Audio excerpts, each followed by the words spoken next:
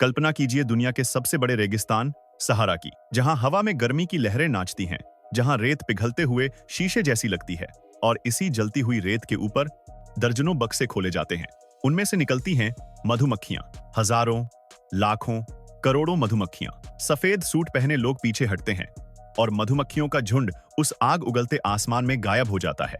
पहली नजर में यह एक पागलपन लगता है। दुनिया के सबसे गर्म रेगिस्तान में मधुमक्खियों को छोड़ना मौत को दावत देने जैसा है। लेकिन क्या हो अगर मैं आपसे कहूं कि यह कोई पागलपन नहीं बल्कि एक बहुत बड़ा प्रयोग था। एक ऐसा प्रयोग जिसके पीछे कई अफ्रीकी देशों की सरकारें थीं। एक ऐसा मिशन जिसका मकसद था रेगिस्तान को हमेशा के लिए खत्म कर देना, एक बेजान जमीन को फिर से हरा भरा बनाना। लेकिन सहारा किसी बाहरी को इतनी आसानी से कबूल नहीं करता और पहले ही पल से यह साफ था कि यह प्रयोग शायद वैसा नतीजा न दे जिसकी उम्मीद की जा रही थी। इस एक प्रयोग के पीछे क्या राज छुपा था? क्या इंसान प्रकृति के सबसे बड़े रहस्य को सुलझाने वाला था या अपनी सबसे बड़ी गलती करने वाला था? चलिए आज इस रहस्य से पर्दा उठाते हैं। लेकिन आगे बढ़ने से पहले हमारी आपसे एक छोटी सी रिक्वेस्ट है कि अगर आप हमारे चैनल पर पहली बार आए हैं तो प्लीज इसे सब्सक्राइब जरूर कर लीजिए और अगर वीडियो पसंद आए तो उसे लाइक करना मत भूलिएगा। यह समझने से पहले कि सहारा में क्या हुआ, हमें यह समझना होगा कि मधुमक्खियां इतनी जरूरी क्यों हैं। जब कहीं मधुमक्खियां आती हैं तो वहां सब कुछ बदल जाता है। वो इस ग्रह का इंजन है। उनके बिना आधा खाना जो हम खाते हैं वो कभी उगेगा ही नहीं। सेब और बादाम से लेकर तरबूज और ब्रोकली तक हर तीसरी फसल मधुमक्खियों पर निर्भर करती है। वे पौधों को एक दूसरे से जोड़कर एक जिंदा सिस्टम बनाती हैं। जब मधुमक्खियां गायब होती हैं तो यह चेन टूट जाती है। परागण के बिना पौधे बच्चे पैदा नहीं कर सकते। पौधों के बिना शाकाहारी जानवर खत्म हो जाते हैं और उनके बिना मांसाहारी जानवर भी चले जाते हैं। कदम दर कदम प्रकृति बिखर जाती है। लेकिन इसका उल्टा भी सच है। जब मधुमक्खियां किसी ऐसी जगह लौटती हैं जहां वे खत्म हो चुकी थीं, तो वहां जिंदगी वापस लौट आती है। फूल फिर से खिलते हैं, बीज दूर दूर तक फैलते हैं। सहारा में इस प्रयोग का मकसद यही था, जिंदगी की उस चेन रिएक्शन को फिर से शुरू करना जहां हजारों सालों से सिर्फ रेत थी।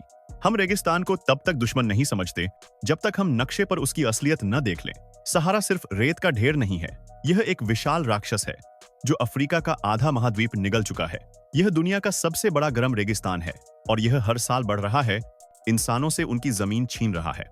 यह अटलांटिक महासागर से लेकर रेड सी तक 11 देशों में फैला हुआ है। अल्जीरिया का 80% हिस्सा, लीबिया का 95% हिस्सा और इजिप्ट का 2/3 हिस्सा पहले ही रेत के नीचे है। सहारा रुक नहीं रहा है, यह लगातार आगे बढ़ रहा है। बस्तियों, चरागाहों, हर चीज को निगल रहा है। इसलिए यहाँ जीवन वापस लाने का विचार सिर्फ हताश नहीं बल्कि पागलपन लगता है। मधुमक्खियों को एक ऐसी जगह छोड़ना जहां हवा भी पिघल जाती है, यह कितना खतरनाक है। मधुमक्खियां मरने लगती हैं। मधुमक्खियों का छत्ता मोम से बना होता है। यह मोम पिघलना शुरू हो जाता है और पूरा छत्ता ढह जाता है। उनका घर, उनके बच्चों को पालने की जगह, उनका शहद, सब कुछ पिघलकर खत्म हो जाता है।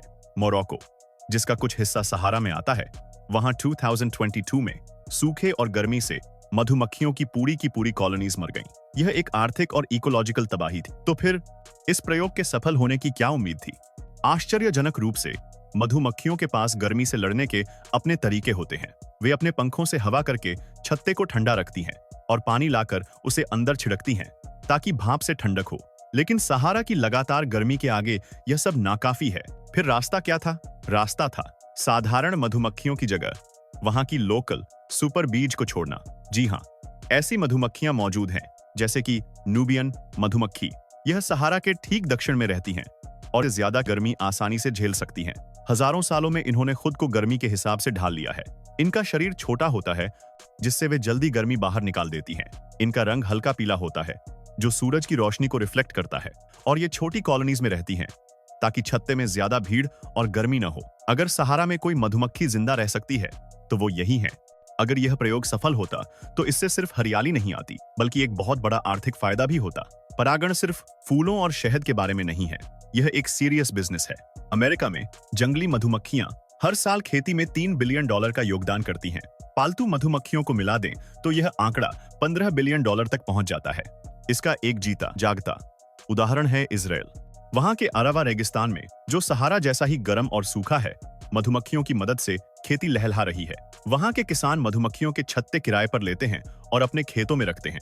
नतीजा, फसलें बेहतर होती हैं और पैदावार बढ़ जाती है। आज इजराइल के आधे से ज्यादा कृषि उत्पाद इसी रेगिस्तान से आते हैं।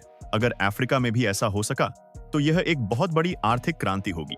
इस प्रयोग का एक और मकसद था, जो सहारा से भी बड़ा था, दुनिया भर की मधुमक्खियों को बचाना।